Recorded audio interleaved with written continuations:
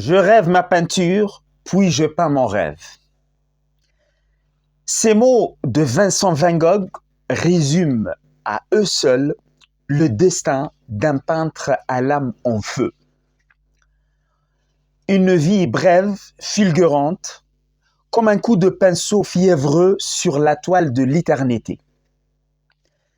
Né en 1853, dans un petit village néerlandais, Vincent est un enfant à part.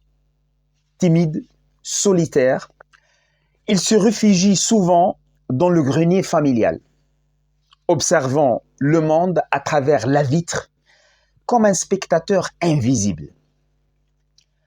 Ses boucles rousses et ses yeux bleu-vert lui valent le surnom d'enfant étrange. Seul son frère Théo, soleil fidèle de son ciel souvent couvert, comprend les orages de son cœur. Très tôt, l'art l'appelle, il griffonne, dessine, puis déchire ses croquis dans des accès de rage. Rien ne lui semble jamais assez beau, assez vrai. À 16 ans, Vincent part pour La Haye, puis Londres, où il travaille dans une galerie d'art. Mais lui, le rêveur, s'effoque dans ce monde de chiffres et de commerce.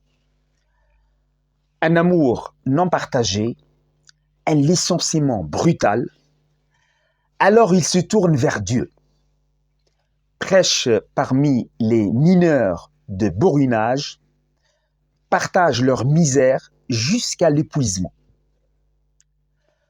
En 1886, il rejoint Théo à Paris.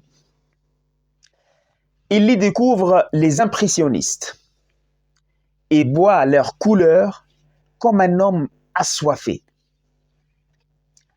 Ses toiles s'embrasent, café vibrant, portraits criant la vérité des âmes. Mais derrière l'éclat des pigments, la tempête s'intensifie.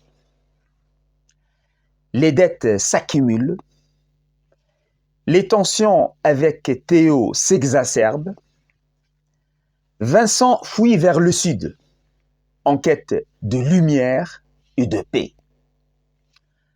À Arles, il peint comme un possédé. Des tournesols éclatants de jaune, une chambre qui tangue comme son esprit. Il rêve d'une fraternité artistique et invite Gauguin.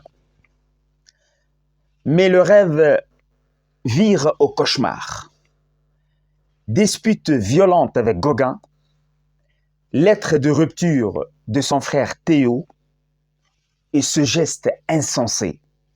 Le rasoir, l'oreille tranchée, le miroir ensanglanté.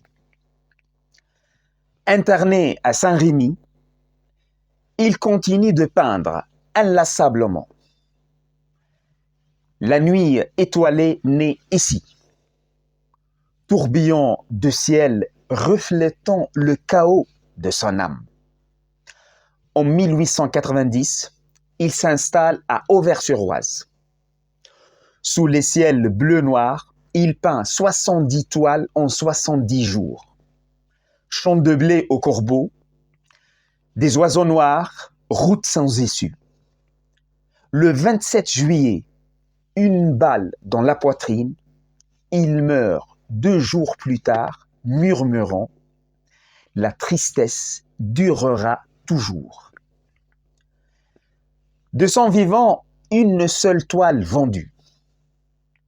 Aujourd'hui, des millions d'admirateurs.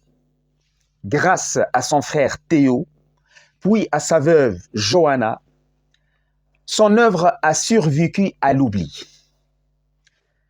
Vincent Van Gogh, l'incompris, est ressuscité par son œuvre. Chaque coup de pinceau est devenu un battement de cœur posthume. Ce tutoriel s'inspire du livre Van Gogh, écrit par Stephen Neifei et Gregory White-Smith, publié en 2011.